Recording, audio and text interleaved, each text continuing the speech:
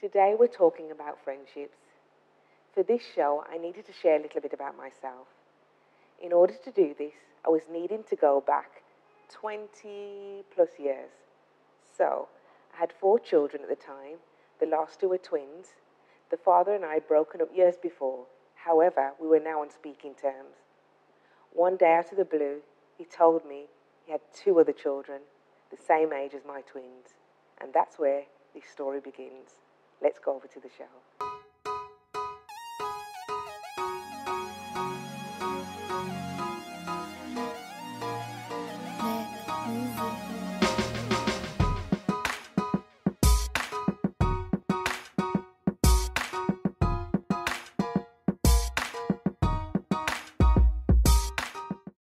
Hi guys, thank you for joining me today on the Rosemary Show. My name is Rose, your host. Today's show is about friendships. Friendships, true friendships, are really hard to find, but I have really found a true friend. My guest today I call Karen, however some know as Stacey. My guest, Karen. Karen, thank you so much for joining us today. Thank you for having me. Where do we go from here? Wow. I think I'd like to start by just sharing how we met, Okay, if that's all right with you. that's fine. Okay. So, I think my youngest children were 4 at the time, and you've got a daughter also, who's the same age as my Similar children, age, yeah. and they share the same father.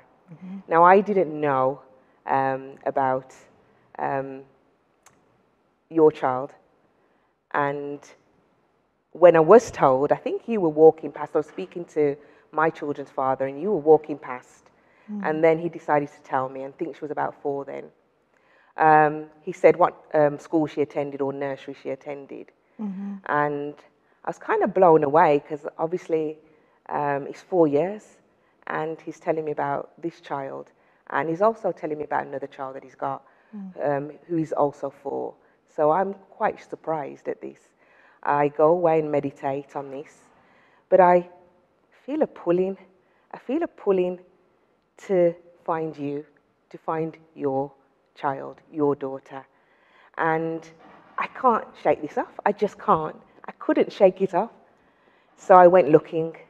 Like I said, I knew what nursery she went to, and I went there. Now, the year before that, my children attended the same nursery. So the teachers we said hello to, they weren't surprised to see me.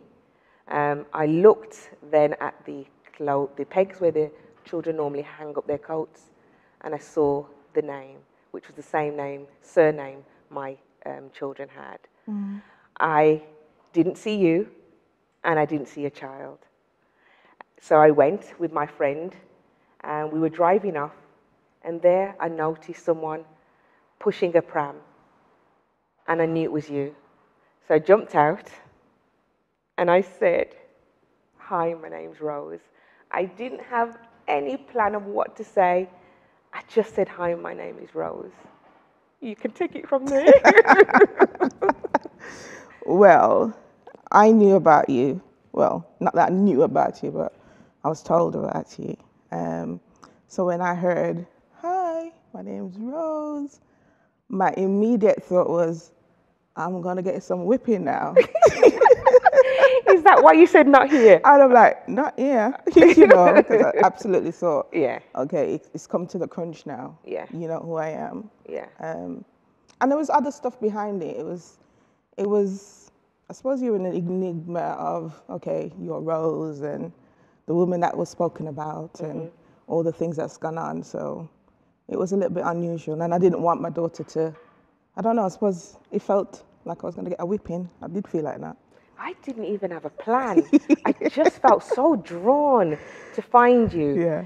And then I knew everything would just, whatever's meant to be, would be. Well, thank God for that because thank God for that because had you not found me, I think I would have been hooked on the idea of my daughter being with her father and relationship. And even though God had provided a a man for me who was interested in me, who wanted to get married, wasn't playing about. He was just, matter of fact, this is my intention kind of thing. Committed, wanted to marry you straight up. Absolutely. Yeah.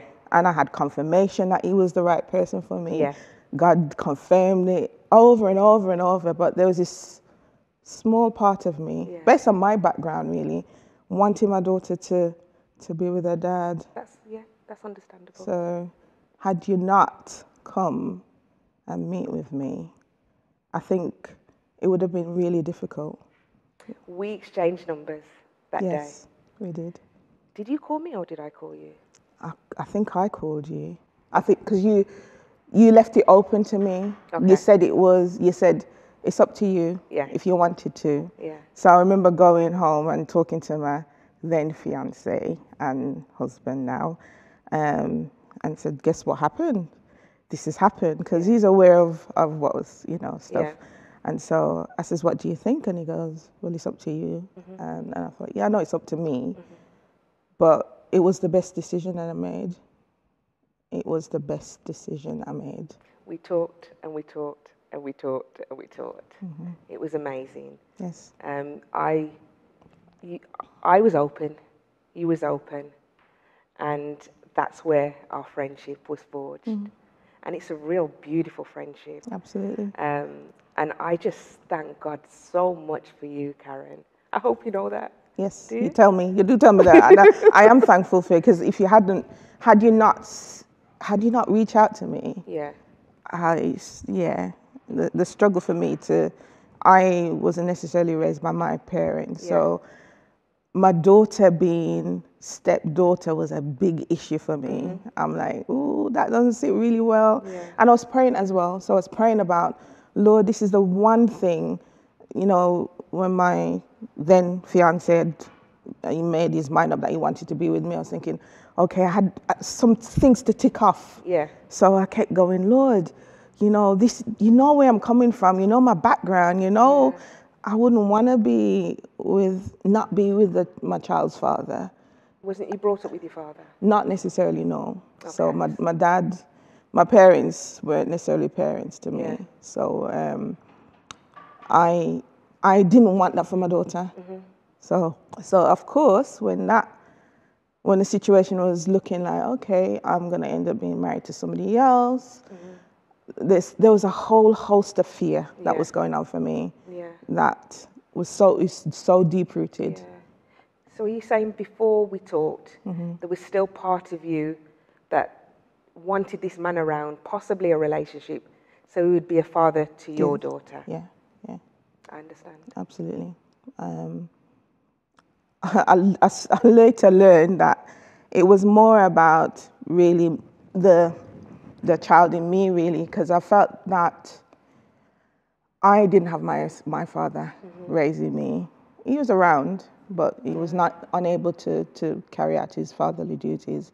And I just didn't want that for my daughter. I wanted my daughter to experience being a daughter, having a father, and so that was one of the things I was praying about. And I'm saying, okay, God, I know this man is for me. I get the confirmation. I've ticked the stuff off, but this is just a major thing for you. A major thing for me, because it has so many things that's wrapped up in it. The statistics say that, and I'm not saying this is a norm for everybody, but a stepchild is likely to be the child that's been abused by a step-parent. Oh, please. So you've got all that to deal with. All of that to deal with. And thinking to myself, I don't think I can cope. If that ever happens to my daughter, so that was a big issue. And when you reached out to me, honestly, we talked, and like you said, we talked. Was it something I said? What was it that broke that kind of connection, or revealed the light on the situation, or the cataract from your eye was removed? I don't know. Did I say something? What was it? You did. You said, when I was in any form of communication with our children's dad, I remember there was a conversation we were having, and he was talking to me, but I'm like, it's not about me. Yeah. This sounds like you're talking about somebody else. Because the description that he was giving and the detail of, the conversation we was having, I'm thinking, that's not me. I don't know who you're talking about, but that's not me. Yeah. And then when we had that conversation, you said the same thing, and I thought, I knew it wasn't me. And I really, the reality, he was just lying. He really was just lying. Because he'd painted a picture. He painted a picture of who you were, Yeah. what had happened to him, Yeah. but no responsibility of what he had done. Yeah.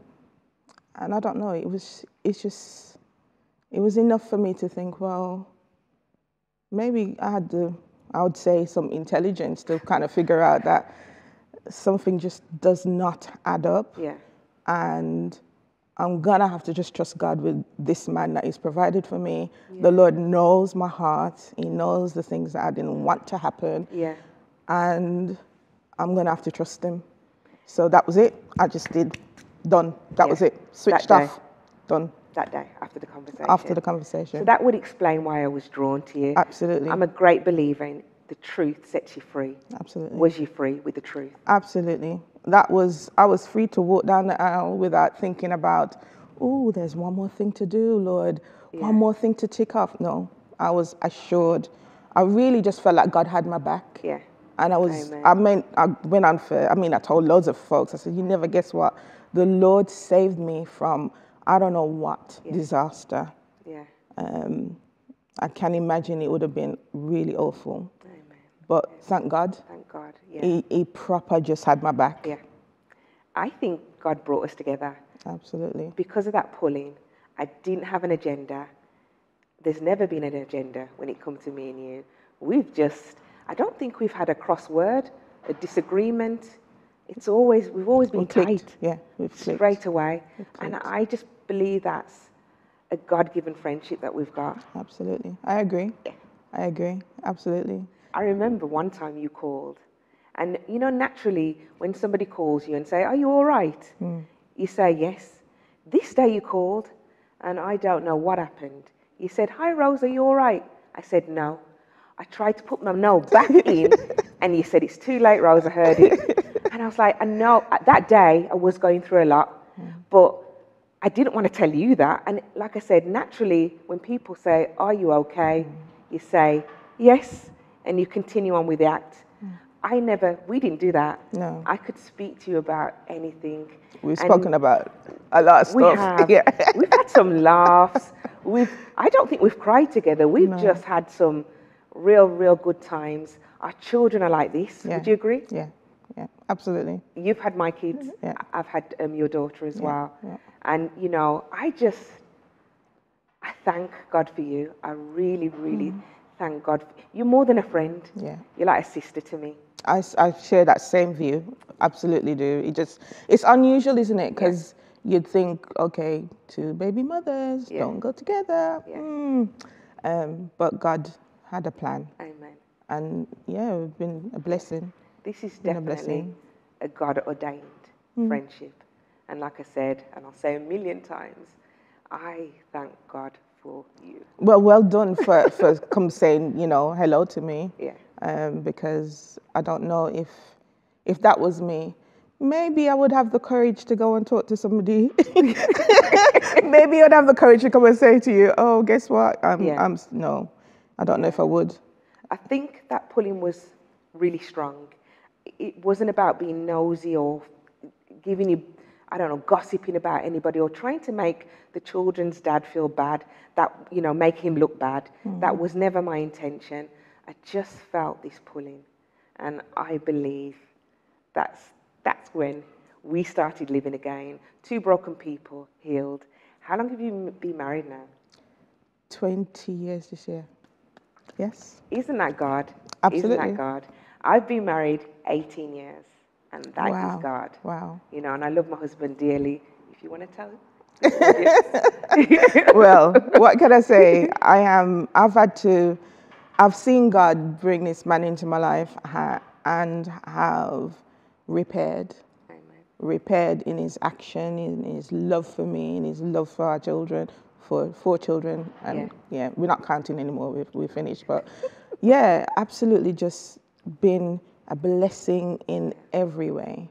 Isn't God amazing? And God did that way out of, I didn't search for him. God provided him. That's so amazing. So, like I said, I thank God for you, and I pray that God will continue to bless you, your family, your marriage. God just be all over you. And you too. Wow, can you believe it? We've just done 20 years. Well, it's nearly 20 years. Is it 20 years we've been this friends? year? Wow. 20, yeah. Because it was before. I think it was before I got married. It doesn't feel like that. Feels like yesterday. Yeah. And when we speak, we don't speak every day, but when we do, it's real deep conversations. Yes. Don't you think? Yes. Because I'm kind of pulling. You had that drawing, and we have that drawing with each other, isn't it? That thing of, okay, let me check in. Yeah. How you doing? Yeah. Yeah. It's been good. Yeah. It's been good. Yeah. So my thought now is not, if I could say anything to anyone, it would be, when you feel a pulling towards someone, don't shy away from it, because you never know what's at the end of that. Yeah. You never know what God's trying to do. Just follow it, go with it, and allow God. Don't have an agenda. Just allow God to do what he's doing. Would you agree? I would agree. I think it was, I think it would be, you have to agree that it's quite unusual for you to have approached me the way you've approached me. And God does that, isn't it? Yeah. He does the unusual. Yeah. It's not neatly fitted in a box. It's unusual. Yeah. So go for it. When God leads, follow. Yeah. I would say that I agree with that. I'm going to, as we come to the end, I'm going to give you 3 words. And these 3 words I'd like you to use to say anything that's laid on your heart. So my first word is life. Okay. I think based on even how we've got to here, life is messy sometimes. Experiences can leave us stuck and feeling that we're not good enough, we're not worth anything. But God doesn't see us that way. It doesn't matter how life whatever life brings us. I mean, some difficult times might happen, but God somehow knows about it. He knows about it, and so because He knows about it, it means that we'll be okay. And gosh, we're a testimony that we're okay. Amen. We got through it. And my second word, faith. So my favorite few lines of a song is, even when you don't see it, He's working. Even when you don't think it, He's working. Amen. He never stops I love working. That song. It's absolutely, it's kind of a mantra of mine. I'm thinking, I might not see what's going on under the surface. But He's working. But God's working His purpose out. Amen. So don't lose faith. And finally, hope. When you said that, I'm thinking, there's so many times in my journey back then when I felt I couldn't see the light at the end of the tunnel. And even when you can't see the light at the end of the tunnel, God is that light. He's the one that we really need to stay focused on. When everything else around us is failing, and it's okay to trust Him. So I'd say don't lose hope. Even if you can't see it for yourself. Don't lose hope. Don't lose hope. Amen. Karen, thank you so much for joining me today for having me on the Rosemary Show. Thanks for having me. Guys, thank you for joining us. I hope to see you next week. Enjoy the rest of the day. Bye.